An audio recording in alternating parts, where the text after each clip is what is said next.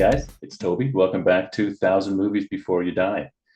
And this one is a great one. Definitely got to watch this one before you die. The Amazing Man on a Tightrope, 1952 by Elia Kazan. The amazing artist, Elia Kazan, who I'm learning is not so amazing in real life, but we'll get into a little bit of that. And starring the amazing Fredric March. We'll start finding some better adjectives. And the ultra amazing, the very beautiful, the very cute, the very sexy Gloria Grahame. And in this film, at points, the very bitchy Gloria Grahame. This is a really great film. It is made in 1953. I said 1952. It's 1953, and it takes place in 1952. It takes place in 1952 Czechoslovakia. The film is one of the first films after the war to use an all-German crew. The circus performers in this are actual circus performers. So the film is about a circus troupe in Czechoslovakia after the communists have taken over, and they've taken over the circus as well. And they are made out to be jerks, they're typical totalitarians, being made out to be definitely the bad guys. And they are making life pretty miserable for the circus. And the plot is basically the main character, Fredric March. He is going to lead the troupe to escape out of Czechoslovakia and into the West, and all the machinations that go around that. There's a great side story. His wife, played by Gloria Grahame, who is very sexy in the film, but at the beginning is really bitchy to him. She thinks he's a weak, ineffectual man because I guess the government is pushing him around. I mean, he even says, like, what am I supposed to do about it? Nobody can fight them. There's a great subplot as well with, she's interested in, I don't know if she's dating. It's maybe a one-way thing. She's definitely got a crush on the lion tamer, played by Alexander Darcy, and he's hilarious. He's basically constantly saying to Fredric March's character, I'm sorry, it's not my fault. That she's interested in me. I'm just too handsome. I can't help myself. And Fredric March's character just shows nothing but contempt for this guy. And he's kind of a pathetic guy. He's seen as a coward, but he has a fantastic arc. Really has one of the best arcs in the film, and is really one of the really fun sort of comic relief characters. There's a love triangle there. You have the communists are treated with quite a bit of they're given quite a bit of screen time. They're flushed out pretty well.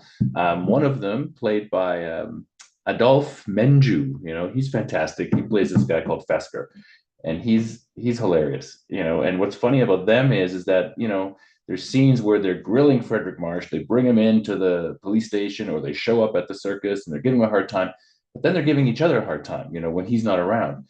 And they're sort of trying to one up each other with, who's the better communist, and, what you should have said, and this, and then having each other actually arrested.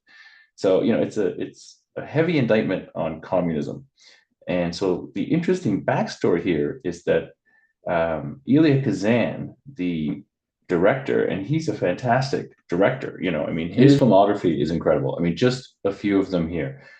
Gentleman's Agreement, Panic in the Streets, Streetcar Named Desire, this one, Man on a Tightrope, On the Waterfront, or to right east of Eden, okay, Face in the Crowd, Splendor in the Grass. Just a string of just amazing films.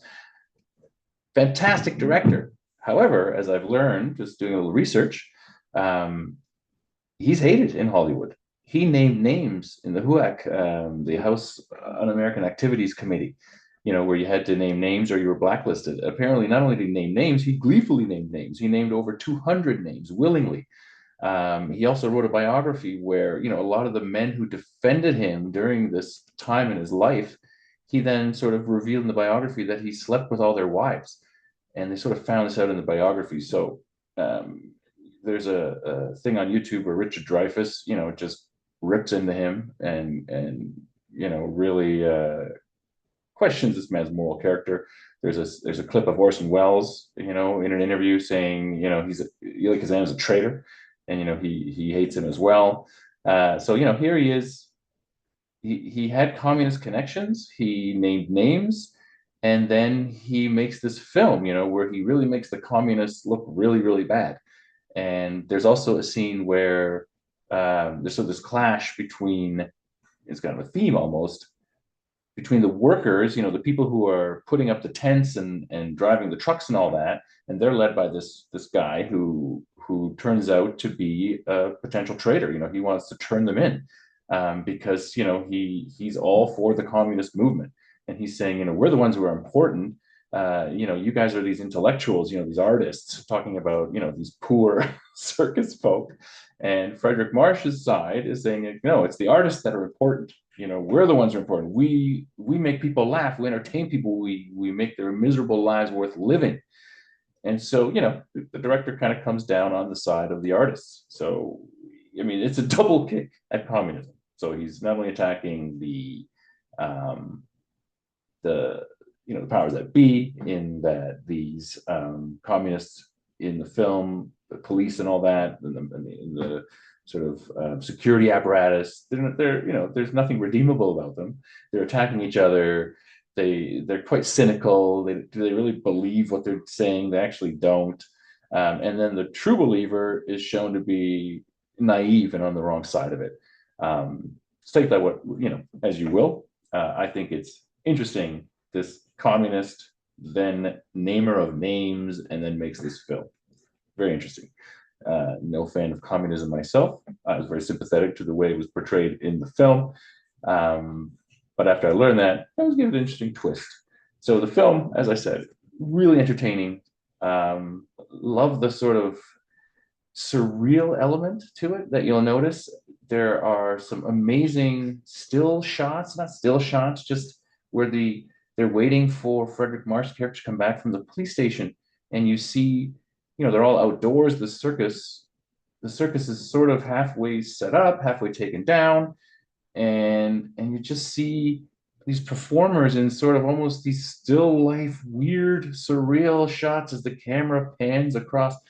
Really cool. And there's lots of scenes like that. The way his daughter talks, another subplot, Fredric March's daughter, she is in love with an American soldier who is a deserter, and he's hiding out in the circus. So we find this out.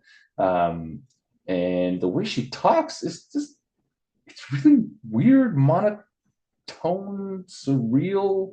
It works, but it's really surreal. So there's these really cool surreal elements to the film, and there's some really amazing noir angles, just noir filmography. There's a great noir feeling to this. So you get that noir, you get the political drama really set in its time. The film 1953, it's set in 1952, with a real political message, a partisan message, all wrapped up in a really exciting, tense film. The music is often the music, if not always, the music from the film, like within the story itself. It's there's a band that is with the circus, and they're constantly playing the music for it, and it just creates this tension, this surrealness to it. It's definitely worth watching. Highly recommend. Elia Kazan, Fredric March, Gloria Graham, Man on a Tightrope.